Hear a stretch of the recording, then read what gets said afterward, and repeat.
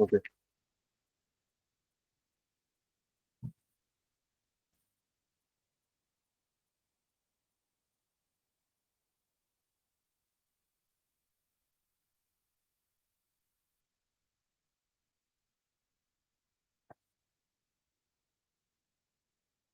Okay, let's start with a data science introduction. So what is a data science? So this is a definition.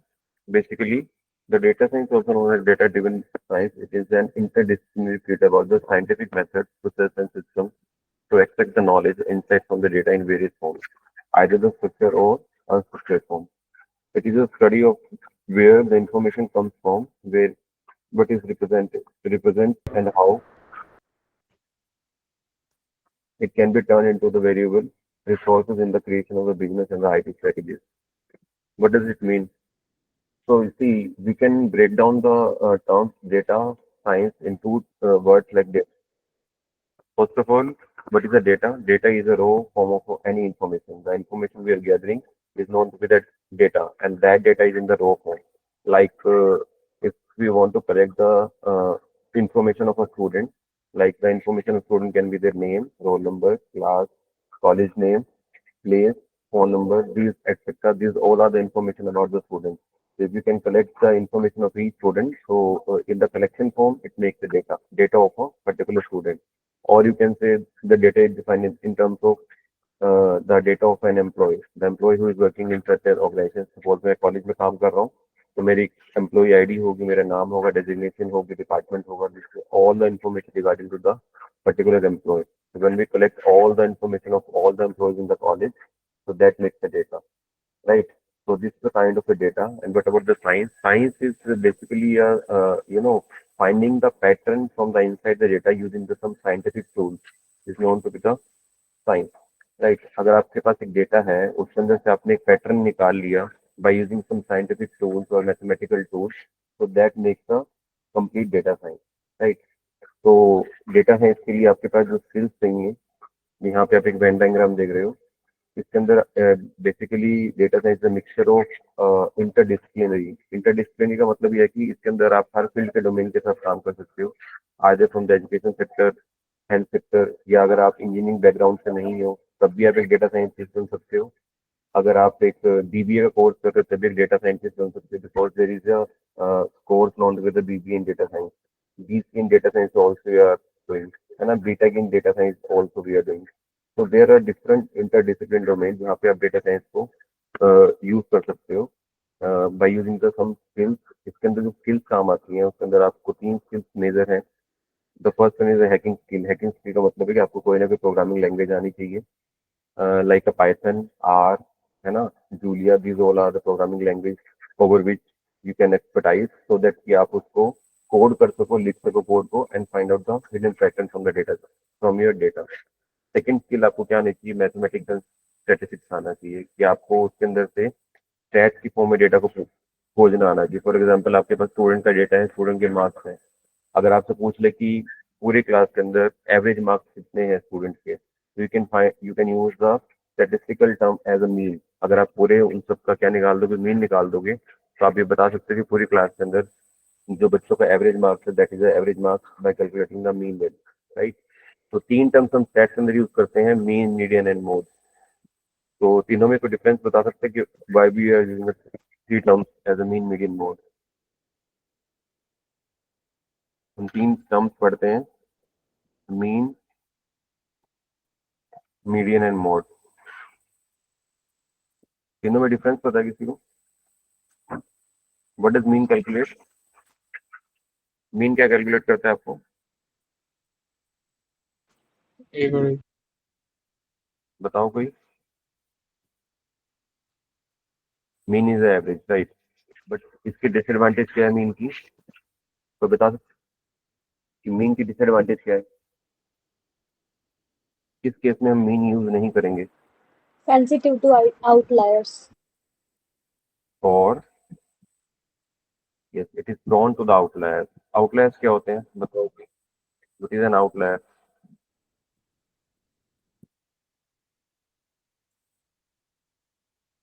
Outlier क्या होते हैं?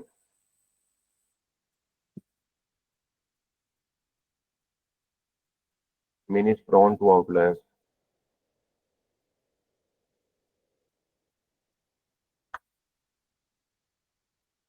So what is the meaning of outlier?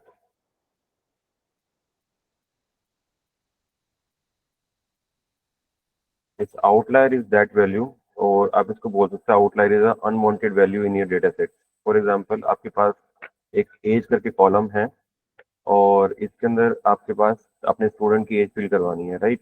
तो इस student की जो as होगी, average age कितनी हो सकती है? 16 से लेके या 18 से लेके 22 तक, ठीक है? अगर आपके पास एक डेटा सेट है जिसके अंदर आपके पास 1000 स्टूडेंट का डेटा है और उसके अंदर एक एज करके कॉलम है और उस कॉलम के अंदर आपने एज भरी हुई है 18 से 22 के बीच में, लेकिन कुछ कॉलम्स के अंदर या उस पर्टिकुलर एज सेल के अंदर उसमें एज भरी हुई है फॉर एग्जांपल 200, ठीक है? तो age age can not be a 200, किसी भी पर्सन की एज 200 नहीं हो सकती है। तो इस पर्टिकुलर एज वाले कॉलम के अंदर जो 200 वैल्यू है वो एक अनवांटेड वैल्यू है ना, जो इससे मैच नहीं करती है एज वाली फिगर से। तो दिस इज एन आउटलायर, ये क्या है आपके लिए? एक आउटलायर बन जाएगा, ठीक है? तो आउटलायर कैन बी पॉजिटिव और नेगेटिव, या आपके लिए पॉजिटिव भी हो सकता है और एक क्या हो सकता है, नेगेटिव भी हो सकता है। Can be positive and negative. अच्छा ये बताओ कि किस केस में पॉजिटिव होगा, किस केस में नेगेटिव होगा? इफ टॉकिंग अबाउट द, चलो पहले नेगेटिव देखते हैं कि आउटलायर नेगेटिव कैसे होगा। नेगेटिव होने का मतलब क्या है कि आप कॉलेज में एडमिशन के लिए आते हो, है ना? तो आके सबसे पहले कॉलेज में क्या पूछते हैं कि यहाँ का एवरेज पैकेज कितना है कॉलेज का, आपके कॉलेज का एवरेज पैकेज कितना है? तो आपको बता दिया जाता है कि एवरेज पैकेज है आपका 4 लाख रुपये हर साल का, ठीक है? तो आप सोचते हो कि ठीक है 4 लाख का एवरेज पैकेज है, जॉब लग जाएगी इजिली, तो 4 लाख सफिशियंट होंगे। बट अगर आप उसका एक्चुअल डेटा उठा के देखो उस पर्टिकुलर ईयर का जहाँ से प्लेसमेंट हुई है, वहाँ पे फॉर एग्जांपल 20 स्टूडेंट्स की प्लेसमेंट हुई है और उसमें जो है वो 19 स्टूडेंट ऐसे थे जिनका जो पैकेज था वो 1 से 1.5 लाख के बीच में था, 1 से 1.5 लाख के बीच में ही लगा था। लेकिन एक स्टूडेंट उसमें ऐसा था जिसका पैकेज उस समय 12 लाख का लगा, ठीक है? तो जब आप 12 लाख और 1 से 1.5 लाख का एवरेज करते हो, when you making the average of this term, you can add the terms like आपका एवरेज किसी का 1 लाख लगा है, किसी का 1.5 लगा है, ठीक है? किसी का 1 लगा है, किसी का 1.2 लगा है, एंड सो ऑन। और एक स्टूडेंट उसमें ऐसा है जिसका पैकेज 12 लाख का लगा है, राइट? तो जब आप इन सबसे एवरेज लेते हो तो एवरेज लेने के बाद जो फिगर आती है वो आती है 4 लाख, राइट? तो आपको जो कॉलेज में बताया जाता है कि एवरेज आपका जो कॉलेज का पैकेज है वो 4 लाख है, लेकिन अगर आप एक्चुअल डेटा उठा के देखोगे तो टोटल बच्चे 20 प्लेस हुए, बीच में 20 में से 19 बच्चे ऐसे जिनका पैकेज 1 से 1.5 लाख के बीच में ही लगा था। सिर्फ एक ही ऐसा बच्चा था जिसने अच्छी कंपनी में प्लेसमेंट ली और उसका पैकेज लगा 12 लाख का। तो 12 लाख ने इस सबको एवरेज कर दिया 1.5 लाख को किससे, 4 लाख के ऊपर, राइट? तो इस केस में जो 12 लाख है वो आपका एक क्या बन जाएगा, एक आउटलायर बन जाएगा, जिस बिकम आउटलायर। क्योंकि आपका जो एवरेज पैकेज चलता आ रहा है वो कितना है, एक्चुअल में कितना है, वो 1 से 1.5 लाख के बीच में है। लेकिन एक इस पर्टिकुलर बच्चे के आने की वजह से आपका एवरेज पैकेज 4 लाख पे चला गया। कॉलेज विल से कि आपका कॉलेज का जो एवरेज पैकेज है वो कितना है, 4 लाख है, लेकिन एक्चुअल के अंदर वो सिर्फ एक ही बच्चे का पैकेज है, राइट? तो इस केस में आपको आउटलायर जो है वो नेगेटिव इफेक्ट करता है, क्योंकि आप मेजोरिटी काउंट देखते हो कि मेजोरिटी कितने बच्चों की प्लेसमेंट कितने पैकेज की हुई है। सिर्फ एक बच्चे के आने से पैकेज आपका एवरेज पैकेज आपका बढ़ गया, दैट इज अ 4 लाख। तो दिस बिकम एन आउटलायर, ये आपका आउटलायर की तरह एक्सपर्ट है, राइट? तो this is kind of a negative outlier, ये आपको गुमराह किया जा रहा है ना कि 4 लाख का पैकेज एवरेज आप कॉलेज का, लेकिन एक्चुअल पैकेज आपका 1 से 1.5 लाख के बीच में ही है, राइट? तो this become a negative outlier. Positive outlier क्या है आपका? पॉजिटिव आउटलायर कैसे हो सकता है कि आप एक क्रेडिट कार्ड यूज कर रहे हो अपना शॉपिंग के लिए और आपकी फॉर एग्जांपल मंथली जो एवरेज है वो 10,000 की शॉपिंग है आपके पर मंथ की। ये आप कितने महीनों से यूज कर रहे हो क्रेडिट कार्ड को, तो आपका जो एवरेज रहता है वो 10,000 से 12,000 के बीच में आपकी शॉपिंग का रहता है। लेकिन सडनली आपका आपकी क्रेडिट कार्ड फ्रॉड हुआ और उसमें से आपकी 1 लाख रुपए डेबिट हो गए, ठीक है? 1 लाख डेबिट होने का मतलब है कि आपका जो एवरेज चलता आ रहा था वो कितना चलता आ रहा था, 10 से 12 लाख रुपए चलता आ रहा था, 10 से 12 हज़ार पर मंथ चल रहा था। लेकिन सडनली एक ट्रांजेक्शन ऐसी हुई जिसमें 1 लाख रुपीज विड्रॉ कर लिया गया आपके क्रेडिट कार्ड से, ठीक है, तो ये आपके लिए फ्रॉड है। अब अगर आपको इस फ्रॉड को एनालाइज करना हो, तो क्योंकि यहाँ पे जो 1 लाख वाली अमाउंट है ये आपके एज आउटलायर काम करेगी। क्यों आउटलायर काम करेगी? कि आपकी एवरेज ट्रांजेक्शन जो आप हर साल कर रहे हो, हर महीने कर रहे हो, उससे बहुत ज्यादा है। बहुत ज्यादा होने की वजह से ये क्या बन जाएगा? आउटलायर बन जाएगा।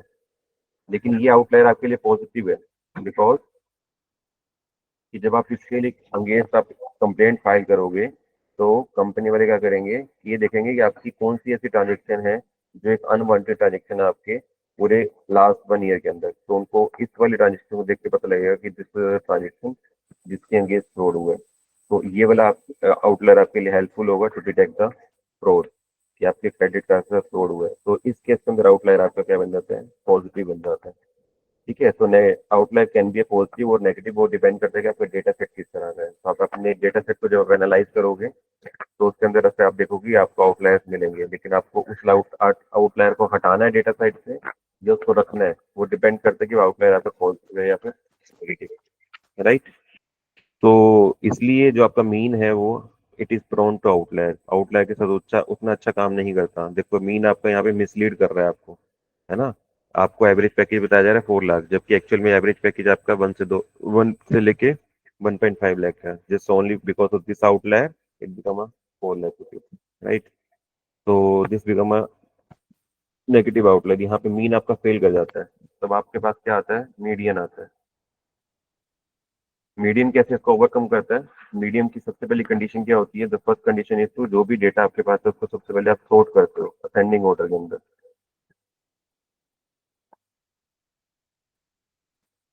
ठीक है। सबसे पहले आप क्या कर रहे हो? अपने डेटा को असेंडिंग ऑर्डर के अंदर आप क्या करते हो? सॉर्ट करते हो। अगर जब आप अपने डेटा को असेंडिंग ऑर्डर में सॉर्ट करोगे, तो अगर आपके आउटलायर आपके बीच में कहीं एग्जिस्ट करता है, फॉर एग्जाम्पल आपका पैकेज 1.5, 12 लाख, 1.8, 1.5, इस तरह का डेटा है आपके पास। तो यहाँ पे जब आप इसका मीन निकालोगे, तो मीन आपका कितना आएगा? 4 लाख रुपीज आएगा, ठीक है। क्योंकि आपने इसका क्या निकाला? पूरे का मीन निकाला है, बट इस आउटलायर की वजह से ये 4 लाख रुपए आए हैं, राइट। तो मीडियन इसको कैसे सॉर्ट करेगा? सबसे पहले आपके डेटा को क्या करेगा? वो असेंडिंग ऑर्डर में सॉर्ट करेगा। सॉर्ट करने के बाद जो आपके पास आंसर आएगा, इट बिकम्स अ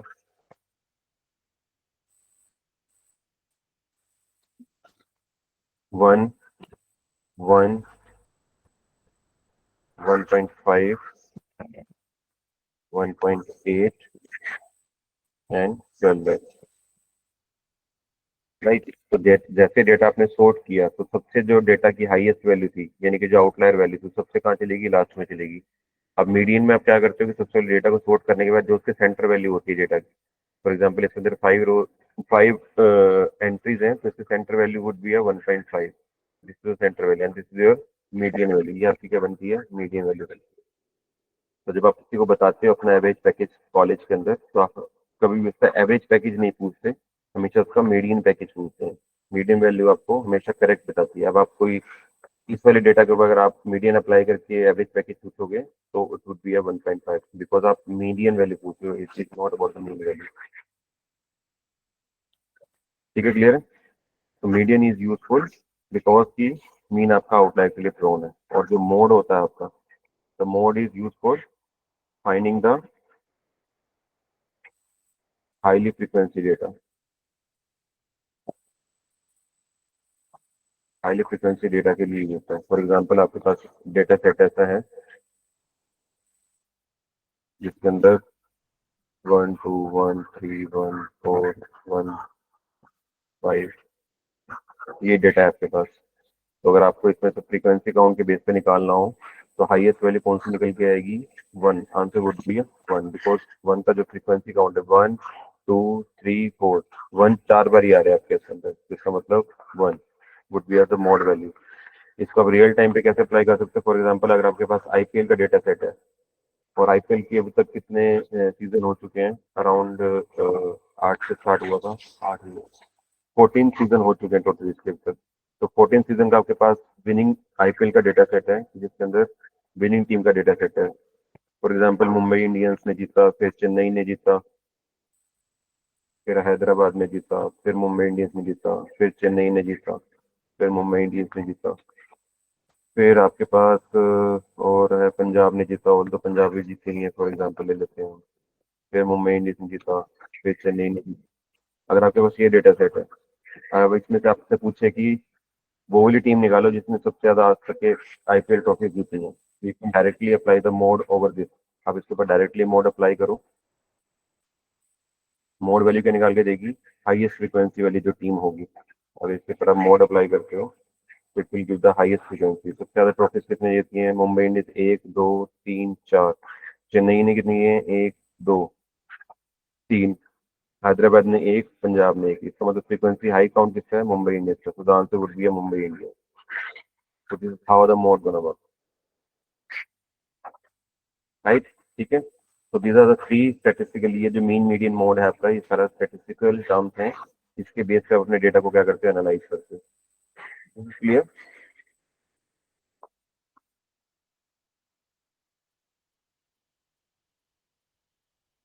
ये क्लियर है सब ये term?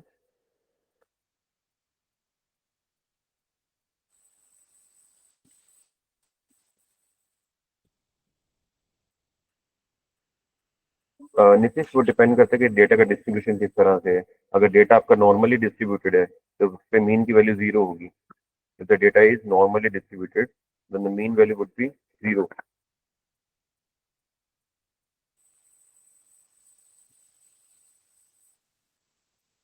Okay, so get back to the slide. तो डेटा साइंस की लर्निंग के लिए you need a three skills, like hacking skills का मतलब है कि आपको प्रोग्रामिंग लैंग्वेज आनी चाहिए कोई ना कोई, मैथमेटिक्स एंड स्टैटिस्टिकल टर्म्स के बारे में पता होना चाहिए, बिकॉज जब आप कोई मॉडल ट्रेन करते हो मशीन लर्निंग के अंदर तो उसके कोरस्पॉन्डिंग आप मैथ की इक्वेशन फाइंड आउट करते हो, because mathematics machine learning is all about the mathematics, right? तो जब भी आप कोई फंक्शन बनाते हो तो वो मैथमेटिक्स के अंदर ही लिखा जाता है, राइट? तो जो डेटा सेट आप यूज करोगे उसके ऊपर अगर आपको कोई इक्वेशन बनानी है तो you should the knowledge of linear algebra, matrices, maxima minima and statistics के। आपको डेटा को एनालाइज करना है कि डेटा आपका नॉर्मली डिस्ट्रीब्यूटेड है या नहीं है, उसकी मीन वैल्यू का है, मीडियन वैल्यू का है। ये सारा हम करेंगे, लेकिन स्टैटिस्टिक्स आपका इसका ट्रेनिंग का पार्ट नहीं है। तो कभी फ्यूचर में अगर हमें पढ़ना पड़ेगा तो will definitely learn statistics using Python in data science. ये अलग से प्रॉपर सब्जेक्ट है आपका, प्रॉपरली एक अलग से टेक्निक है कि स्टैटिस्टिक्स यूजिंग पाइथन इन डेटा साइंस डोमेन। तो डेटा साइंस के अंदर स्टैटिस्टिक्स कैसे यूज होती है ये आपको यहाँ पे प्रॉपरली पढ़ना पड़ेगा, although this not a part of your training. तो फ्यूचर में कभी डिस्कस करना हुआ तो will do that. And third one is a substantive expertise.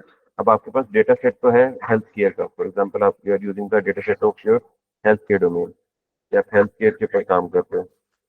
अब हेल्थ केयर पे आपके पास कैसा डेटा सेट है कि आपको हार्ट डिसीज प्रिडिक्ट करनी है, हमने कल देखा था हार्ट डिसीज प्रिडिक्शन, ठीक है? इसके ऊपर आपको अपना अप्लाई करना है। अब हार्ट डिसीज प्रिडिक्शन के लिए आप अगर अपना डेटा सेट ले रहे हो, उसके अंदर for example blood blood pressure एक पैरामीटर है, ठीक है? उसके अंदर कोलेस्ट्रॉल है, उसके अंदर शुगर है, इस तरह का डेटा आपके पास है, ठीक है? और उसके बेस पे आप प्रिडिक्ट कर रहे हो कि बंदे को हार्ट डिसीज है या नहीं है। हार्ट डिसीज यस और नो, जिस तरह बेसिक क्लासिफिकेशन प्रॉब्लम। अब अगर आपको इस पर्टिकुलर डेटा सेट की नॉलेज नहीं होगी, एक्सपर्टाइज डोमेन का क्या मतलब है यहाँ पे कि आपने जो डेटा सेट यूज किया है, अब आपने मॉडल को ट्रेन किया, उसके ऊपर आपने बोला कि 80% एक्यूरेसी आ रही है मेरे मॉडल की, कि 80% मैं बता पा रहा हूँ कि पर्टिकुलर पेशेंट को हार्ट डिसीज है या नहीं है, on the basis of the input parameter ऐसा कि उसका हमने ब्लड प्रेशर देखा कि कितना है, उसका हमने कोलेस्ट्रॉल चेक किया कितना है, और उसका हमने शुगर लेवल चेक किया कितना है। अब अगर आपके पास एक्सपर्टाइज नहीं है हेल्थ केयर डोमेन की, आपको पता ही नहीं है उसके बारे में, तो आप क्या कर रहे हैं यहाँ पे, मिसलीड कर रहे हो, because sugar is not a parameter to predict the heart disease. Although हो भी सकता है, बट और भी सिर्फ ये तीन ही पैरामीटर नहीं है कि हार्ट डिसीज किसी को है या नहीं है, और भी बहुत सारे पैरामीटर जिसके ऊपर हार्ट डिसीज आपकी डिपेंड करती है। अगर आप इन तीनों पैरामीटर को लेके ही डिक्लेयर कर दोगे कि बंदे को हार्ट डिसीज है या नहीं है, तो it might be a wrong prediction, because अभी आपके पास सफिशिएंट पैरामीटर्स नहीं है। क्योंकि जब डॉक्टर्स के पास आप जाते हो तो डॉक्टर्स बहुत सारे टेस्ट करवाते हैं आपके पास, है ना? तो उन सारे टेस्ट के पैरामीटर जब तक आप अपने डेटा सेट में इंक्लूड नहीं करोगे तो यू कैन नॉट से श्योरली कि भी इस बंदे को हार्ट डिसीज है या नहीं है। तो इसका मतलब कहने का मतलब ये है कि आपको जिस पर्टिकुलर डेटा सेट के ऊपर आप काम कर रहे हो उसकी आपको डोमेन नॉलेज होनी बहुत इंपॉर्टेंट है। अगर आप हेल्थ केयर पे काम कर रहे हो तो आपको हेल्थ केयर में पता होना चाहिए कौन सी पर्टिकुलर डिसीज के लिए कौन कौन से इनपुट पैरामीटर सफिशिएंट है सो दैट कि आप उसको मिसलीड ना कर सकें, right?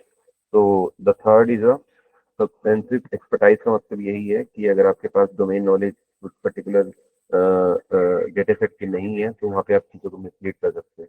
So being a data scientist engineer, you require three things like you have a Python, any programming skill. It could be a Python, it could be a R programming, it could be a Julia, right? Plus, should have a mathematics skills and the statistics knowledge to analyze the data. And the third one is the expertise in your particular domain. कि जिस domain का data set आप use कर रहे हो उसके पास आपके उसकी expertise होनी जरूरी है। इन तीनों का इंटरसेक्शन ये बता रहा है कि अगर आपके पास कोई भी दो चीज है और एक चीज मिसिंग है तो ये भी मिसलीड करेगा, राइट? फॉर एग्जांपल आपके पास प्रोग्रामिंग स्किल्स हैं और आपके पास एक्सपर्टाइज है उस पर्टिकुलर डोमेन की, लेकिन आपके पास स्टैटिस्टिक्स नहीं है उसका, तो आप एक डेंजर जोन में जा सकते हो। फॉर एग्जांपल कैसे कैसे हो सकता है कि अगर आपके पास हैकिंग स्किल है और एक्सपर्टाइज है, आपको पाइथन आती है और आपको एक्सपर्ट भी हो, फॉर एग्जांपल आप एक्सपर्ट इन, हम कोई क्रिकेट का एग्जांपल ले लेते हैं, ठीक है? कि आप क्रिकेट के एक्सपर्ट हो और आपके पास डेटा सेट है, ठीक है? डेटा सेट में ये बोला कि आपने but you don't have a knowledge, किसकी नॉलेज नहीं है? Not knowledge about statistics,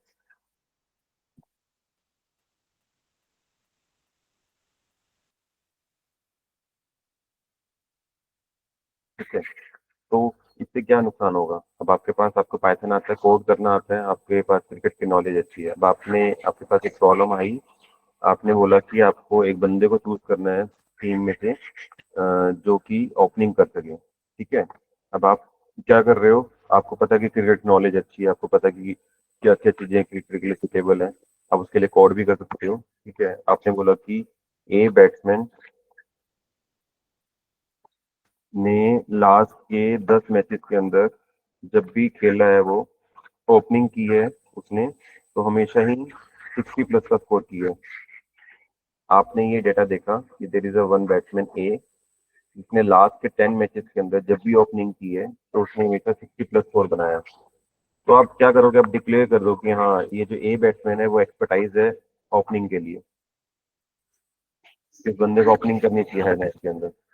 but यहाँ पे आपने स्टैट सप्लाई नहीं किया, ठीक है? तो अगर आपने स्टैट सप्लाई नहीं किया तो विदाउट स्टैट्स आपने सीधा बंदे को कह दिया ओपनिंग करो और वो ए बंदा चला जाता है इंग्लैंड टूर पे खेलने के लिए, जो अभी इंडिया करंटली इंग्लैंड में है ना? तो ए बंदा जो है आपका वो इंग्लैंड टूर कर रहा है। अब इंग्लैंड में जाने के बाद आपने उसने 5 टेस्ट खेले, टेस्ट खेलने के बाद उसका जो स्कोर रहा वो हमेशा ही जो एवरेज उसके रन रहे वो 30 रन से 5 मैचेस के अंदर एवरेज स्कोर रहा उसका, ठीक है? आने के बाद क्या हुआ? आपको पकड़ लिया कि भी तुमने कहा था कि ये बैट्समैन है वो सही है, लास्ट के आपने बोला, आपने रिकमेंड किया था कि इस बंदे को भेज दो इंग्लैंड, अच्छा खेल रहा है ओपनिंग कर लेगा, लेकिन इसका तो एवरेज स्कोर पूरे टूर पे 30 से नीचे ही रहा है। ऐसा क्यों हो पाया? क्योंकि आपने उसका स्टैट सही से रीड नहीं किया था।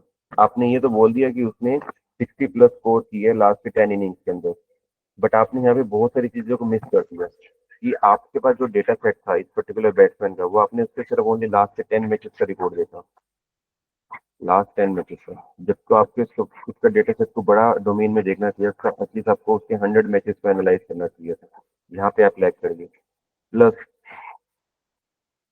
आपने देखा कि 60+ स्कोर उसने बनाया है लास्ट के 10 मैचेस के अंदर, कोई बात नहीं, लेकिन आपने ये इग्नोर कर दिया कि जो उसने 60+ स्कोर बनाया है वो किसके अगेंस्ट बनाया है। क्या वो लास्ट के जो 10 मैचेस उसने खेले उसके अंदर जो टीम थी वो बांग्लादेश थी, जिम्बाब्वे थी, ठीक है, केनिया थी, या फिर कोई वीकर टीम थी, फॉर एग्जांपल आयरलैंड थी? अगर उसका जो रिकॉर्ड था लास्ट 10 इनिंग का वो इन टीम्स के खिलाफ था, ठीक है? तो इसके बेस पे आपने बोल दिया कि उसका स्कोर अच्छा है 60 इनिंग्स के अंदर, तो उसको इंग्लैंड भेज सकते हैं। लेकिन वहाँ पे इंग्लैंड में जाने के बाद जो इंग्लैंड का बॉलिंग अटैक है या उसकी जो अप्रोच है क्रिकेट को लेके, वो इन टीम से मैच नहीं कर सकती है। तो आपने ये वाला स्टैट्स भी मिस कर दिया वहाँ से, राइट। आपने वेदर कंडीशंस को जज नहीं किया कि जो बंदे ने लास्ट के 10 इनिंग्स खेली हैं वो विद इन इंडिया खेली हैं या अब्रॉड में जाके खेली है। अगर उसका with in India he last के 10 जो मैचेस उसके इंडिया के अंदर हुए हैं, इंडिया इंडिया की कंडीशंस में हुए हैं, उसने 60 रन का स्कोर किया, ठीक है। लेकिन जब वो इंग्लैंड जा रहे हैं, वहाँ पे ओवर फोरकास्ट कंडीशन अलग है, वहाँ की स्विंगिंग बॉल कंडीशन अलग है, तो उस चीज को आपने इग्नोर किया। तो these all are the part of your statistics. ये आपका स्टैट्स है सारा, जिसको आप एनालाइज करते हो by using some statistics tool. ठीक है। तो जब आप इन चीजों को मिस कर जाते हो, आपके पास नॉलेज है, एक्सपर्टाइज हो आप क्रिकेट के, और आपने आपको लैंग्वेज भी आती है, पाइथन कोड करना आता है, उसमें से आपने निकाल लिया कि ए बैट्समैन को इंग्लैंड टूर पे भेज दो। लेकिन because of this lack of statistics knowledge you miss out these things, जिसके कारण से वो बंदा, ये बंदा जब इंग्लैंड गया तो उसका एवरेज स्कोर सिर्फ 30 का रहा। तो ये काफी हार्म हो सकता है टीम को, क्योंकि इसकी वजह से ओपनिंग पे डिपेंड करता है कि आपकी बाकी टीम कैसे खेलेगी। तो अगर आपकी ओपनिंग पार्टनरशिप अच्छी नहीं जा रही है तो इसका मतलब है कि आपका सीरीज आप वहां से लॉस कर जाओगे। तो ये लॉस करने का मतलब है कि आपने जो टीम चुनी उसमें आपने स्टैटिस्टिक्स सही से यूज नहीं किया। तो this can be a danger zone. यहाँ पे जो डेंजर जोन बना है इसका मतलब यही है कि अगर आप किसी भी दो चीजों को चुन के आप डिसीजन लेते हो डेटा के ऊपर, तो वो डेंजर हो सकता है। तो बीइंग एन डेटा साइंटिस्ट आपके पास तीनों स्किल्स रिक्वायर्ड है, तीनों स्किल्स होनी चाहिए। आपको प्रोग्रामिंग भी आनी चाहिए, मैथ और स्टैट की नॉलेज भी अच्छी होनी चाहिए, उस पर्टिकुलर डोमेन की नॉलेज भी होनी चाहिए। ठीक है, हमें clear?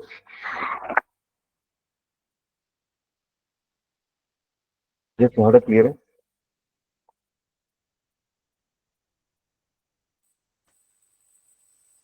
Then you were asking if the student has an average knowledge of stats and math, then he or she becomes data scientist or data analyst or not.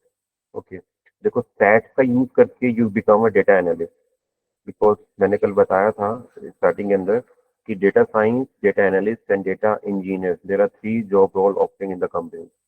जो data engineer है उसका काम उन्हें डेटा गैदर करना है, ठीक है, from the different resources. Data analyst का काम है डेटा को क्लीन करके उसको एनालाइज करना है।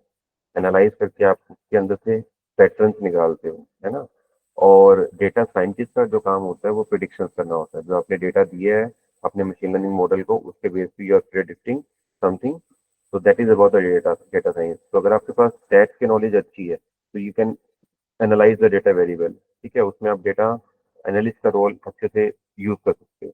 बट अगर आपको डेटा साइंटिस्ट बनना है तो you should knowledge of a mathematics. Math उसके लिए काफी इंपॉर्टेंट है और आपको आना चाहिए, right. Nitish, if he or she has average knowledge, the company in which he selected is also a average company, right? Average people is always paying to the average salary. This is a very true line. कि जो average लोग होंगे वो हमेशा average salary ही मिलेगी। There is two kind of a company. ठीक है, एक प्रोडक्ट बेस्ड कंपनीज होती हैं, एक होती हैं आपकी सर्विस बेस्ड कंपनी। जो प्रोडक्ट बेस्ड कंपनीज होती हैं आपके पास, वो डायरेक्टली प्रोडक्ट को बिल्ड करती है ना। सर्विस बेस्ड कंपनी जो होती हैं वो बने हुए प्रोडक्ट को क्या करती हैं, सर्विसेज देती हैं। फॉर एग्जांपल अगर आप बात करो होंडा की, होंडा अपनी गाड़ियां खुद बनाती है, लेकिन उस होंडा गाड़ी के अंदर आप कौन से म्यूजिक सिस्टम फिट करना चाहते हो, that depend upon the service class. कि आप फॉर एग्जांपल सोनी का आपने उसके अंदर म्यूजिक सिस्टम लगवा लिया, तो Sony is a service based company who is giving a services to the Honda company. जो प्रोडक्ट बनाया है, जो गाड़ी बनाई है, जो नई गाड़ी लॉन्च हुई है, वो होंडा ने बनाई है। उसके अंदर आप जो सर्विसेज दे रहे हो वो आप आउटसोर्स कर रहे हो from the different outsourcing company. That is not with the service based company. तो जो प्रोडक्ट बेस्ड कंपनीज होती हैं उनका जो पैकेज होता है that is in the crore, है ना। Just like Microsoft, Google, IBM, ये खुद अपने प्रोडक्ट्स, अपने मॉडल्स डिजाइन खुद से करती हैं, है ना। जैसे आप चैट जीपीटी यूज कर रहे हो, वो ओपन एआई का मॉडल है ना। ऐसे बहुत सारे जो कंपनीज हैं, जो बड़ी बड़ी कंपनीज हैं, they are developing their own product. और service based company like TCS, Wipro, IBM, these all are the service based company who are providing the services to the people or the companies। तो जो average package रहता है आपका service based companies के अंदर, वो आपका वही 3 से 4 5 लाख का ही रहता है, right. But in the field of data science and the machine learning domain, because every company is, is coming with the this data science and machine learning domain, तो average company जो आपकी है service based company, they are also dealing with the AI। तो देर is a high chance कि आपको jobs वहाँ पे अच्छे पैकेजेस में मिल सकती हैं if you have a good knowledge of all these three skills. You have a good knowledge of Python or any other programming skill. You have a good knowledge of mathematics and stats and good knowledge of a particular domain. तो अगर आपके पास तीनों skills हैं अच्छे वाली, you will get a good package in good company. यहाँ तक clear है सबको? Okay. So moving to the next slide. Again, the data science employed the many techniques and theories from the field like mathematics, stats, information science, and computer science that we have discussed earlier. Data sets can be applied to the small data sets also, yet people think data science is when you're dealing with the big data or the large amount of a data. Yes, ये जो लोग सोचते हैं कि data science आप only बड़े data set के ऊपर अप्लाई कर सकते हो, तो this is a myth. You can apply a data science into your class data. अगर आपके पास 60 स्टूडेंट्स का रिकॉर्ड है क्लास के अंदर या 60 स्टूडेंट है क्लास के अंदर, एक टू एनालाइज द डेटा कि पर्टिकुलर स्टूडेंट आने वाले टाइम में प्लेस्ड होगा कि नहीं होगा, तो you can do the analysis into your class also with a smaller data set as well as for the bigger data set. Bigger data set का मतलब कि जो जितना डेटा आज आप प्रोड्यूस कर रहे हो फ्रॉम योर इंटरनेट रिसोर्सेज, तो अगर आप उसके ऊपर कलेक्शन करो, उसके ऊपर डेटा साइंस अप्लाई करो, तो you can also good the getting good results. ठीक है. Moving forward, a new thing. Actually जो डेटा साइंस की हम बात कर रहे हैं आज के दिनों में या मशीन लर्निंग की ये की बात कर रहे हैं, it is not a big new to the society. इसकी अगर आप हिस्ट्री उठा के देखोगे तो ये बहुत पहले से चलता आ रहा है, राइट. कि अगर आप 80s की बात करो, जो गवर्नमेंट एक डेटा कलेक्शन करती थी, फॉर एग्जांपल आपके पास पहले डोर टू डोर लोग आते थे. अगर आपको याद होगा या आपके पेरेंट्स को याद होगा कि पहले पूरे देश की पॉपुलेशन काउंट कैसे होती थी, वो घर घर आके चेक करते थे, रजिस्टर में नोट करते थे कि घर में कितने बच्चे हैं, कितने बुजुर्ग हैं, कितने पेरेंट्स हैं, है ना. ये सब डेटा वो मैन्युअली कलेक्ट करते थे, रजिस्टर में नोट करके साइन करवा के लेके जाते थे. ठीक है. सो ऐसा नहीं है कि वो भी एक डेटा कलेक्शन की टेक्निक थी, फिर उसको वो डेटा को एनालाइज किया जाता था, उसके बेस पे आप पॉपुलेशन डिक्लेयर करते थे कि इंडिया की पॉपुलेशन इतनी है, पर्टिकुलर कंट्री की पॉपुलेशन इतनी है. आजकल जो है वो ये सब चीजें स्मार्ट हो गई हैं, है ना. आपके पास ऑनलाइन प्लेटफॉर्म है डेटा कलेक्शन करने के. तो this is also a match to the earlier stage कि डेटा आपके पास पहले भी था, उसको करने का तरीका अलग था. अब तरीका अलग है क्योंकि आपके पास बहुत सारे स्मार्ट तरीके आ गए, आपके पास लैंग्वेजेस हैं, आपके पास बहुत सारे टूल्स हैं, आपके पास बहुत सारी वेबसाइट्स हैं जहाँ पे आप डेटा को अच्छे तरीके से कलेक्ट कर सकते हो.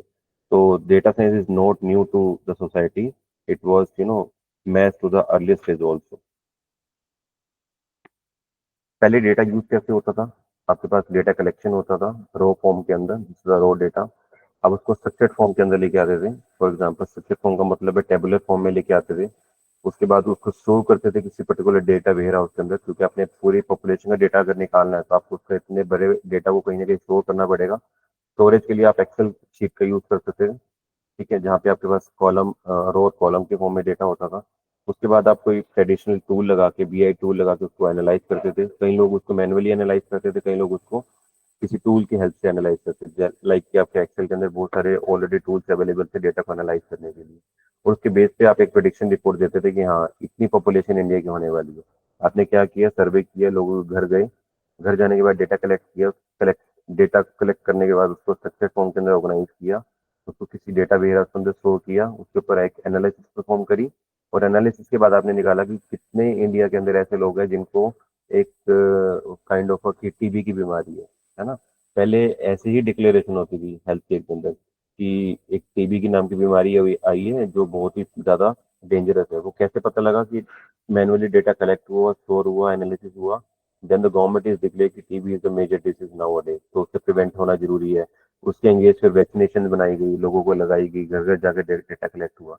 तो that was a traditional approach कि पहले डेटा ऐसे कलेक्ट होता था, डेटा ऐसे एनालाइज होता था. But now the system is gonna change and smarter. तो in the earlier times there was also data analyst. Data analyst का जो काम था पहले भी सेम यही था. ठीक है. वो अपना जो मेन काम था वो data processing, preparation and data cleaning के ऊपर 65% अपना टाइम वेस्ट करता था.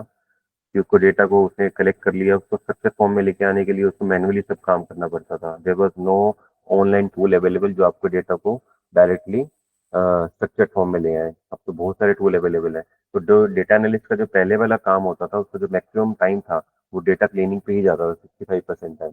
10% उसको डेटा को एनालाइज करने के लिए वो लगा पाता था। अगर अपना 10% टाइम यहाँ एनालिसिस का लगा रहा था, इसका मतलब एनालिसिस उतना एक्यूरेट नहीं आता था, बिकॉज अपना वो मिनिमम टाइम इस पे स्पेंड कर रहा है, जो कि इसको मैक्सिमम टाइम यहाँ पे स्पेंड करना चाहिए। तो उसका मैक्सिमम टाइम उसका डेटा क्लीनिंग के अंदर ही जा रहा था। It was a earlier strategy, right. तो नाउ उसके बाद रिवोल्यूशन हुआ डेटा का। अब डेटा आना स्टार्ट हुआ। ये वाली जो पिक्चर थी, स्लाइड थी, ये सिर्फ 90s की पिक्चर थी। ये अर्ली स्टेज, जब तक इंटरनेट इतना बूम पे नहीं था, डेटा आपके पास लिमिटेड था, डेटा कलेक्शन के आपके जो रिसोर्सेज थे वो लिमिटेड थे। घर घर जाके मैनुअली डेटा आपको कलेक्ट करना पड़ता था। बट जैसे इंटरनेट का रेवोल्यूशन हुआ, बहुत सारे सोशल मीडिया वेबसाइट पे डेटा जनरेट होना स्टार्ट हुआ, इंटरनेट फ्री ऑफ कॉस्ट मिलना अवेलेबल हुआ, तो डेटा बहुत सारा huge amount of million trillions of data generate daily होता है हमारे यहाँ पे, राइट। तो अब जब इतना डेटा जनरेट हो रहा है, तो उसको आप ट्रेडिशनल अप्रोच से एनालाइज नहीं कर सकते, बिकॉज एक्सेल की एक लिमिटेशन है कि उसके अंदर एक लिमिटेड अमाउंट का डेटा ही स्टोर कर सकते हो आप, राइट। तो अगर आप एक्सेल शीट को देखो तो उसके अंदर एक number of columns and number of rows are limited, कि आप उसके अंदर एक ट्रिलियन डेटा सेव नहीं कर सकते वन टाइम में, राइट। तो अगर आप डेटा को वहां सेव नहीं कर सकते, तो आप डेटा कहाँ सेव करोगे? तो उसके लिए फिर आपके पास बहुत सारे रिसोर्सेज आए, या पाइथन के अंदर आप डेटा को किसी डेटा वेयर हाउस को यूज करके आप डेटा को स्टोर कर सकते हो, डेटाबेस के अंदर डेटा को स्टोर कर सकते हो, जहाँ पे आपके पास टेराबाइट पेटाबाइट का डेटा स्टोर हो जाता है। You can directly fetch data from the database, है ना। किसी वेबसाइट के ऊपर आप जाके अपना क्लाउड पे डेटा को सेव कर सकते हो। Now we have a different sources of data, जहाँ पे अपने डेटा को स्टोर कर सकते हो, लार्ज अमाउंट डेटा को।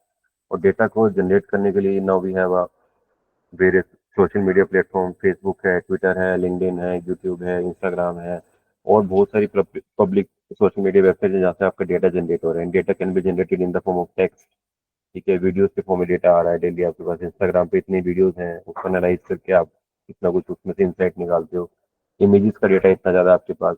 तो इस सारे डेटा को जब आप कलेक्ट करते हो, तो वो ट्रेडिशनल बीआई मॉडल्स को नहीं दे सकते, उसके लिए आपको एक नया स्मार्ट मॉडल चाहिए, right.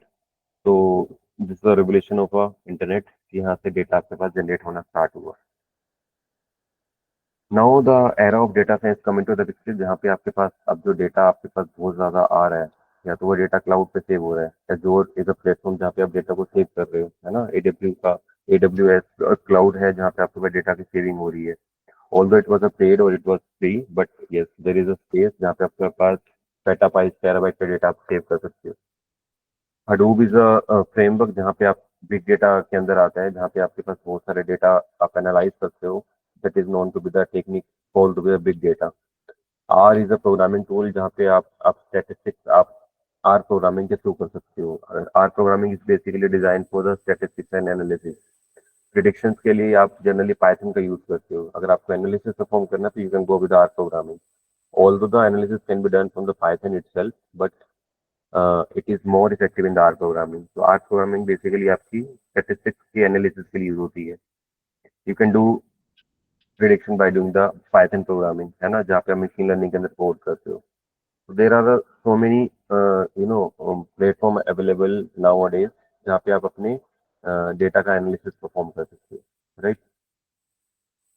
What are the basic challenges that we are using? कि अगर आपके पास डेटा इतना ज़्यादा आ रहा है, पहले तो उसको स्टोरेज कहाँ करोगे? It was a challenge before the evolution of the internet. आपने इंटरनेट पे इतना डेटा जनरेट कर दिया, अब वहाँ पे दिक्कत क्या आने लगी कि उस डेटा को स्टोर कहाँ करोगे? उसके लिए फिर क्लाउड प्लेटफॉर्म्स आ गए, है ना, बहुत सारी चीजें आ गई। उस डेटा को प्रोसेसिंग के लिए अब आपके पास सीपीयूज नहीं चाहिए, है ना, फिर आपने जीपीयूज बनाने स्टार्ट किए, क्योंकि सीपीयू की लिमिटेशन है कि आप एक लिमिटेड अमाउंट का डेटा उसके ऊपर प्रोसेस कर सकते हो। But when you have a data of images, audio, videos, तो उसको प्रोसेसिंग करने के लिए सीपीयू बहुत ज़्यादा टाइम लेता है ना। You want to train your model on a CPU, right. तो उसके लिए वो एक दो तीन चार पाँच 6 दिन भी ले सकते हैं ना, हफ्ते का टाइम लगता है मॉडल को ट्रेन होने के लिए। But when you are replacing CPU with a GPU, so you can GPU will is faster than the CPU, तो आपको रिजल्ट बहुत फास्ट निकाल के देता है। तो अगर आपके बहुत लार्ज अमाउंट को डेटा है, तो उसके लिए आप जीपीयू का यूज करते हो। अब तो टीपीयूज भी आ गए हैं, राइट। नाउ एनालिसिस करने के लिए, अब आपको डेटा को एनालाइज करने के लिए कैसे एनालाइज करोगे इतने ह्यूज अमाउंट ऑफ डेटा को? तो उसके लिए अब आपको प्रोग्रामिंग सीखनी पड़ेगी। आप पाइथन के अंदर कोड कर रहे हो, उसके अंदर आप डेटा को एनालाइज करने के लिए कमांड लिख रहे हो, प्रोग्रामिंग कर रहे हो, and you will find out the pattern from your data, right? So these are the challenges and the requirement of your data in the today's world. तो नाउ जैसे अभी हमने बात की, now we are into the era of the data science. तो अब आपके पास जो डेटा एनालिस्ट है, अब उसको जो अपना डेटा क्लीनिंग का जो पार्ट है वो ज़्यादा नहीं करना पड़ा, उसको ओनली 10% टाइम लग रहा है अपने डेटा को क्लीन करने के लिए, because we have a smarter tool with us जहाँ पे हम डेटा को अच्छे से क्लीन कर सकते हैं, राइट? अब वो अपना ज़्यादा टाइम डिसीजन मेकिंग पे लगा रहा है, क्योंकि डेटा क्लीन आपका यहाँ पे हो जा रहा है, जो आपके 10% टाइम लग रहा है उसको क्लीन करने के लिए। अब आपके पास इनफ टाइम है डेटा को एनालाइज करने के लिए, उसके बेस पे डिसीजन लेने के लिए। So now the prediction is more accurate and the data analysis is more accurate, right? So these are some differences between the business intelligence and data science or data analyst engineer. कि अगर आप बात करो companies के अंदर दो तरह के लोग होते हैं, डेटा एनालिस्ट होते हैं, बिजनेस एनालिस्ट होता है। तो दोनों के बेसिकली जो डिफरेंस होता है वो यही डिफरेंस होता है, जो मेजर डिफरेंस है वो यही है कि जो बिजनेस एनालिस्ट है वो आपके सिर्फ स्ट्रक्चर डेटा और सेमी स्ट्रक्चर डेटा के ऊपर काम करता है, राइट? लेकिन जो आपका डेटा एनालिस्ट है उसके पास हर टाइप का डेटा आता है, उसके पास स्ट्रक्चर भी होता है, अनस्ट्रक्चर भी होता है और सेमी स्ट्रक्चर डेटा भी होता है, राइट? तो this is the basic difference between the business analyst and data analyst. अगर आप किसी भी कंपनी के अंदर काम करोगे तो आपको दोनों तरह के लोग मिलेंगे, और बिजनेस एनालिस्ट भी मिलेगा और आपको डेटा एनालिस्ट भी मिलेगा, डेटा साइंटिस्ट भी मिलेगा वहाँ पे। Business analyst only historical data के ऊपर काम करता है, उसके पास आपने पिछले अपनी कंपनी का सारा डेटा दे दिया। फॉर एग्जांपल अगर मेरे को ये देखना है कि पाइप में किस पर्टिकुलर एरिया से एडमिशन ज़्यादा हुए हैं, तो मैं उसके लिए क्या करूंगा कि 5 सालों का एडमिशन का रिपोर्ट उठाऊंगा, उसको एनालाइज करना स्टार्ट करूंगा। देन उसके अंदर से मैं इंसाइट निकालूंगा कि as particular this is a particular region, for example Karnal is a region जहाँ से लास्ट 5 ईयर के अंदर सबसे ज़्यादा से एडमिशन हुए, राइट? तो that is a hidden pattern that we have find out from your historical data. तो जो आपका बिजनेस एनालिस्ट है वो ओनली आपके प्रीवियस डेटा के ऊपर काम करता है, लेकिन जो आपका डेटा साइंटिस्ट है वो आपके लिए बेसिकली एक प्रिडिक्शन करके देता है कि अगर आपके पास इस तरह का पैटर्न बन रहा है तो यू कैन गिव योर, अगर कॉलेज को ये पता लगाना है कि अगले साल उसको कितने एडमिशन बढ़ जाएंगे, तो उसके लिए क्या करना पड़ेगा? अपने 5 सालों का डेटा अपने मशीन लर्निंग मॉडल को फीड किया, उसने डेटा को रीड किया, डेटा का पैटर्न फाइंड आउट किया, and it will give the prediction कि नेक्स्ट ईयर आपके एडमिशन का जो काउंट है वो लो होगा या फिर हाई होगा, right? So this is not possible with the business intelligence or the business analyst. So it is quite possible with the data scientist, because आपके पास मशीन लर्निंग मॉडल जो आपको प्रिडिक्ट करके दे रहे हैं वेदर कि फ्यूचर में आपकी प्रिडिक्शन कैसे होने वाली है, राइट? उसके लिए आप programming, Python programming, machine learning models का यूज करते हो। यहाँ पे आप ओनली स्टैटिस्टिक्स का यूज करते हो to find out the hidden pattern from your data. तो it is the past experience data as well as the business intelligence is concern.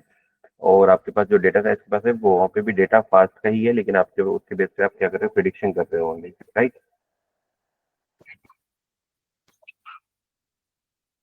So now this is the life cycle of data science. कि data science की आपकी life cycle क्या, कैसे कैसे आप data को इकट्ठा करोगे, उसके ऊपर क्या क्या प्रोसेस अप्लाई करोगे। So this is the life cycle of your data science. The first step is you will do is the data acquisition. देखो data acquisition में कि डेटा को एक्वायर करोगे, डेटा को इकट्ठा करना स्टार्ट करोगे। Now we have a different sources की जहाँ से आप डेटा को ले सकते हो। आपके पास जो डेटा है वो आप किसी सर्वे से कनेक्ट करा सकते हो, आप किसी डेटाबेस से डेटा ले सकते हो, किसी पर्टिकुलर वेबसाइट पे जाके वहाँ पे डेटा को स्क्रैप कर सकते हो, है ना?